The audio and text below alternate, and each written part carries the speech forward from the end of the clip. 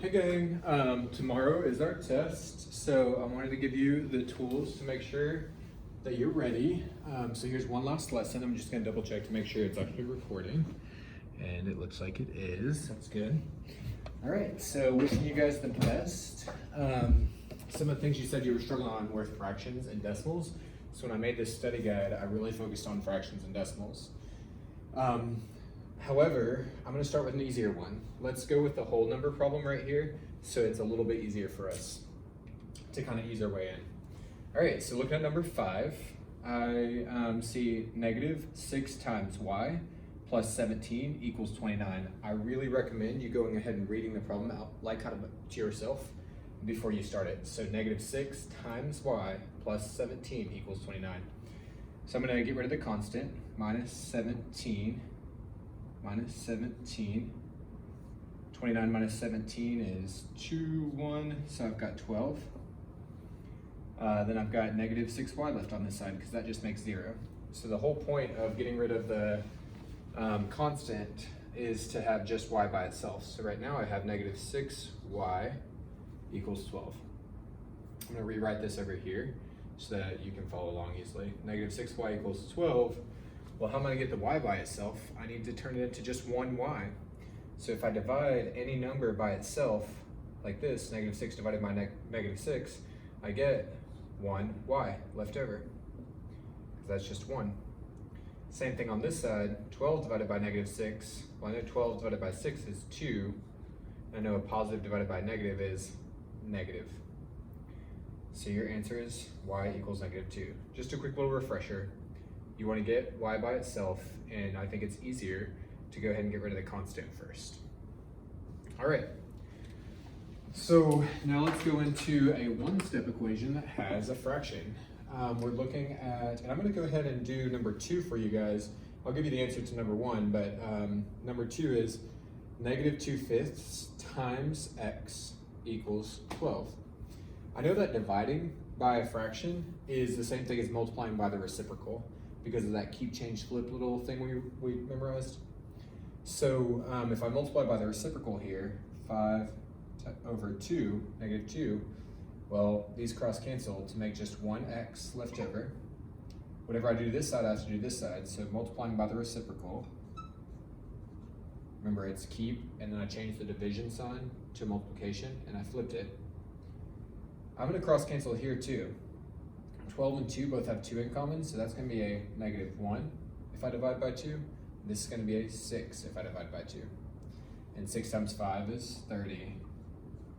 For negative 1, which is negative 30. Okay.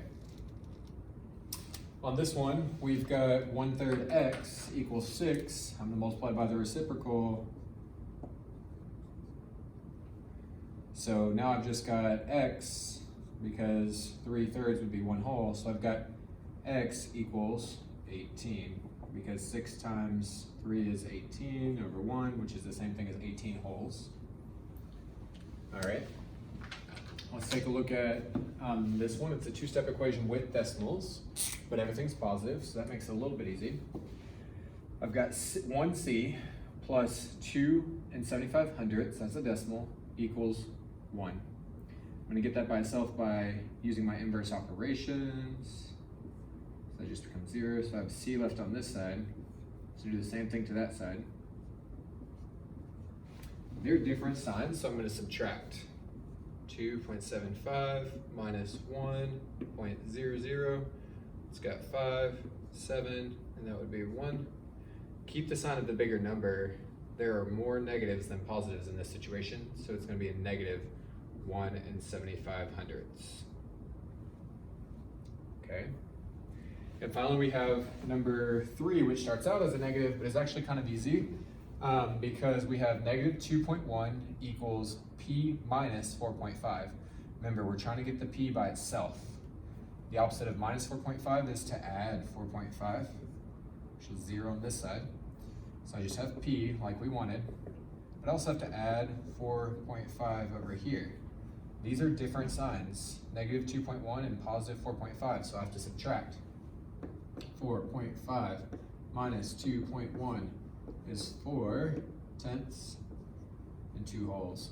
This time there are more positives than negatives, so my answer is going to be 2 4/10 equals P. All right, last problem. Taking a look at this, it kind of combines fractions and whole numbers and negative numbers, so this is a good little practice. We've got positive 6. How do I get rid of a positive 6? By a negative 6. Well, negative 42 and negative 6, both of them are the same signs, so I know I'm going to add them together, and it's going to be negative. 42 plus 6 is 48, because I started at negative 42 and I keep going back 6 more to get to negative 48. This will be 0, so all I have left over here is 5/9 x.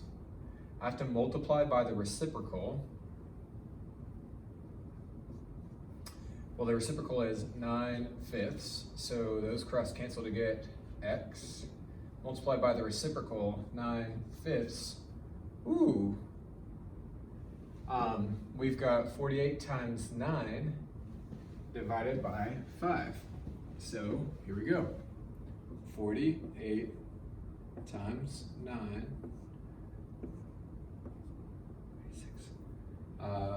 37, 38, 39, 40, 41, 42, 43. So this one's going to be 432 fifths, because I have just one. So when I multiply 48 times 9, I get 432. When I multiply 1 times 5, I get 5. I'm not going to leave my answer as an improper fraction. I am going to divide that out. So far on this side, I have just x equals 432 divided by 5. I'm going to rewrite that over here so you can see 432 divided by 5.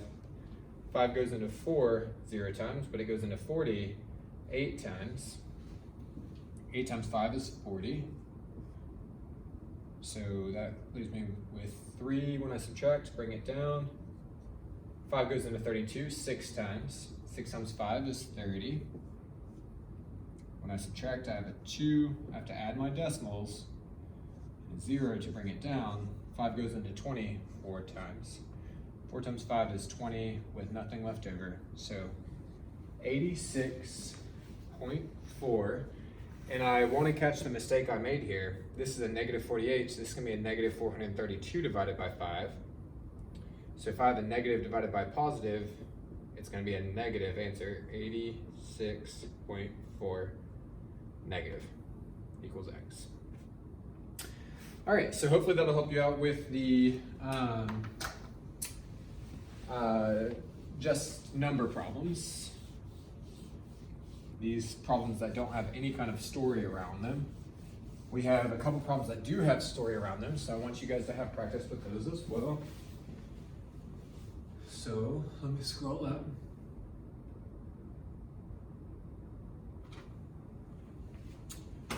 All right, we've got main event, charges a $50 rental fee. I know that fees are typically a one-time thing, so I'm going to put $50 for my rental fee. And $10 per hour. That means that every hour I have to pay $10. So I'm going to add 10 times h, because no matter how many hours I have to multiply that by 10 to get the amount. For example, 1 hour would cost $10 plus $50 fee. 2 hours would cost $20 plus $50 fee. That sort of thing. It says Dave & Buster does not have a rental fee. So good. That sounds like it's going to be more affordable. But charges $20 per hour. Okay, $20 per hour. How many hours of play are needed for each to cost the same? So if you're only paying for 1 or 2 hours, I can tell you right now that Dave & Buster's is going to be the cheaper place to go, because here, even just 1 hour is going to cost $60, whereas 1 hour here would cost $20. Let's find out how many hours you have to play at one of these events before it becomes equal and Dave & Buster's becomes more expensive. Let's check it out. So the first thing I'm going to do, step 1, is to write an equation. Step 1, write an equation. Check, we did. Step 2 is get all of the variables on one side on the same side. So to do that, I'm going to move this 10h over here. So minus 10h, minus 10h. Now I don't have any h's over here, I just have 50 left. And over here, I only have 10 h's left, all right? Step 3 is to use inverse operations to isolate the variable. So I'm going to divide by 10 because this is 10 times h. So 10 divided by 10 is just 1h. And 50 divided by 10 is 5. So if you played for 5 hours, it would cost you the same amount at Dave & Buster's as it does at Main Event. If you played for more than 5 hours, it's going to be cheaper at Main Event. If you play for less than 5 hours, it's going to be cheaper at Dave & Buster's. This is a sad but true story. Mr. Caps pays about 1/3 of his paycheck toward taxes each month. After January, February, March, and April, he has paid about $4,200 in taxes. How much money has he earned? So I don't know what my paycheck is, and I'm trying to look for that total amount of money that I've earned from January, February, March, and April. So let's take a look at that. 1/3 of my paycheck is about $4,200 after 4 months. Okay. So I'm going to multiply by the reciprocal. 3/1 times 3/1. And I know that 42 times 3 is, that'd be 12,600. 12,600 over 1. So in 4 months, I make about $12,600. So if you wanted to find out what I make every month, you can divide that by 4, right? But this says how much money has he earned, and I'm assuming that it's how much money has he earned after those 4 months has passed. Yeah, okay. If you wanted to find out how much he earns every paycheck, you just divide by 4.